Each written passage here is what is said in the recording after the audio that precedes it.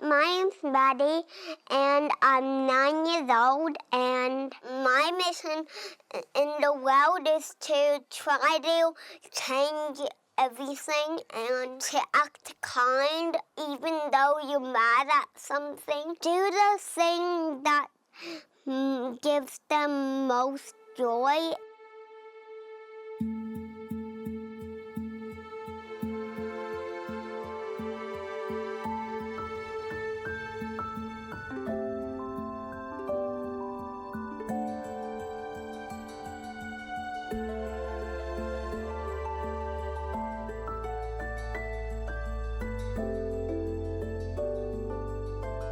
She's very well spoken.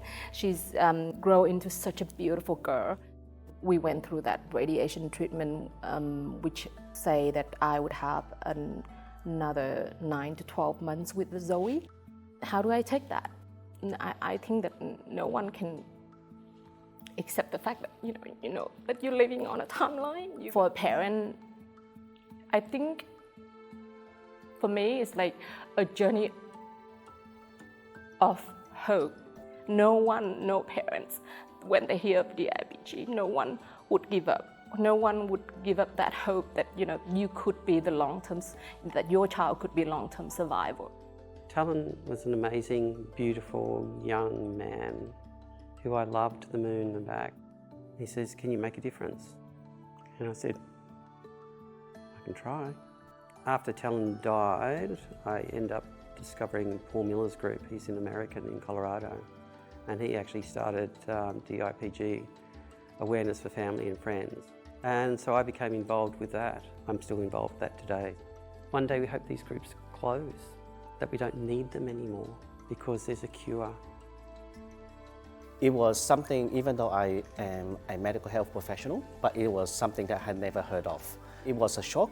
It was like the whole world collapsed, because once we found out what the diagnosis actually was and the prognosis in the future, it was just like a shocking news to us, to the whole family here. Over 4 months, he literally lost every ability that you and I take for granted. I can't let my son's life be in vain, what he went through, what he suffered. Lucy's bright, bubbly, friendly. She's that caring kid. So we got all this information in one meeting. We were told so it's like being hit with a ton of bricks. Yeah, told go home, make memories, and that part is just, it's not good enough.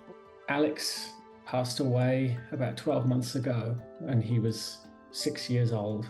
The brothers were very close, so they were only 19 months apart and had a really beautiful relationship. The tragedy of losing someone at the age that Alex was, but you should think about it in terms of the amount of life that's being lost. Rubes and I were literally twin flames. She looked like me, acted like me, always called herself Mini Mummy. Rubes was diagnosed with DIPG, but so were we. DIPG is not just a diagnosis on your child, it's your whole life. Our whole life is DIPG now. Well done! It just makes you want to do something, and it makes you want to change this. It's not acceptable that our children are left alone, to deal with this alone. Now that I really get to know my mom and dad and the hospital ladies, I really think that I should pay a bit more attention to them because they're trying to make me feel better. Josie was my best little mate. She was very much like me. It's a really complex job to do, and we need lots of groups working together. When we delivered that diagnosis, given my field, I thought, this is ridiculous. We must be able to develop treatments. With DIPG, radiation is the current standard of care, and it's completely inadequate. It leaves patients partially paralyzed with really terrible side effects, but that's all we have. And this is the reason we at Sonalosense are developing a new way to treat DIPG. We do need to keep working together, because that's the best way and I would say the only way to find a cure for DIPG. as soon as I started reading about DIPG and understanding the consequences and how bad is this cancer for the kids, I realized that because of my expertise, I was up for the challenge. When you look at brain cancer, it is the #1 killer of children. Surely that deserves more funding than it's currently getting. The template's been written.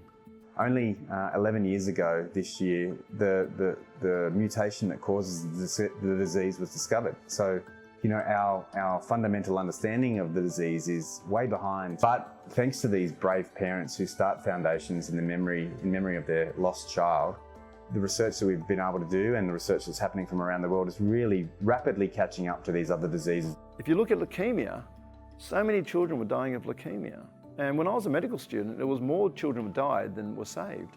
Now it's the other way around. And how's that happen? Very simple. Raising awareness, raising funds, giving funds and importance to the scientists. More than 250 clinical trials have been opened to see if they can cure DIPG, and none of them have worked. So we have to stop doing what we're doing and try to think outside the box and create novel ways of treatment. I strongly believe that the answer to brain cancer research may not be with the big universities, the ones who are getting all the funding, but from out-of-the-box thinkers, you know, disruptive scientists who really have a great concept of you know, trying to find the silver bullet.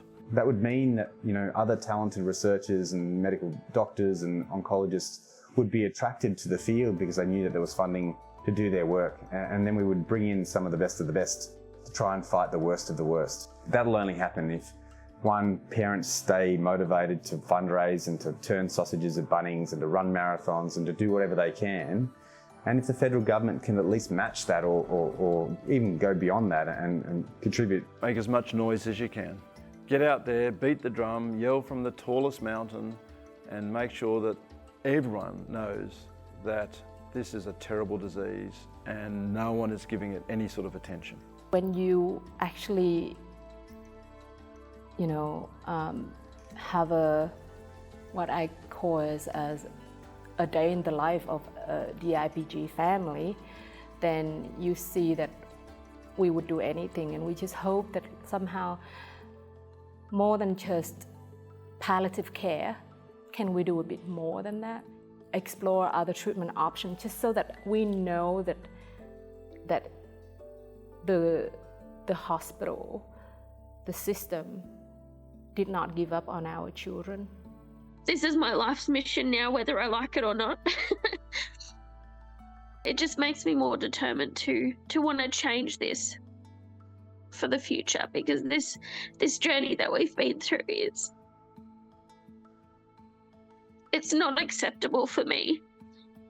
I still am very passionate at being a part of the community and other families that are currently battling. These families and these children, I know what they're going through, I know what they're about to go through, and it's horrendous, and it's something needs to change. And if I can be brave enough like my son was brave, like he was so brave, if I can just be as brave as him, then it's worth any heartache that I have to suffer. So for me, it's super important to know, like, yes, I'm fighting with this experiment, nothing works. We're gonna come back to it, because if this works, this is gonna help people. This is gonna help children that are going to be diagnosed. I don't know if it's gonna be tomorrow, in 3 years' time, in 10 years' time, but this is our contribution, and it's gonna be meaningful. And again, it's making a difference.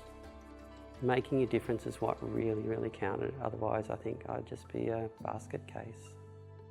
And I'm giving my promise. Yeah, make a difference. And that's what you need to do for all our DIPG children. Why I think we should find a cure is because I know a lot of families have been struggling with this, and it's one of the saddest things that makes me feel quite sad. Like when families struggle and babies cry and giving up, that really hurts my feelings.